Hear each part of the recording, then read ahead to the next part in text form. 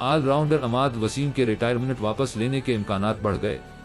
ज़राए के मुताबिक अमाद वसीम फैमिली और दोस्तों से मशावरत के बाद रिटायरमेंट वापस लेने का ऐलान कर सकते हैं। ज़राए का कहना है कि कौमी टीम के चीफ सेलेक्टर वहाब रियाज और अमाद वसीम के दरमियान राबता हवा है और दोनों ने रिटायरमेंट के मामले पर बातचीत की। ज़राए ने बताया कि अमाद वसीम ने चीफ सेलेक्टर से वर्ल्ड कप का प्लान पूछ लिया और साथ ही बेहतर सेंट्रल क्रिकेट की भी यकीन दहानी मांगी है। ज़राए के मुताबिक अमाद वसीम को वर्ल्ड कप तक की यकीन दहानी मिली तो रिटायरमेंट वापस ले सकते हैं। ख्याल रहे कि अमाद वसीम ने गुज़श्ता बरस नवंबर में इंटरनेशनल क्रिकेट से रिटायरमेंट का ऐलान किया था।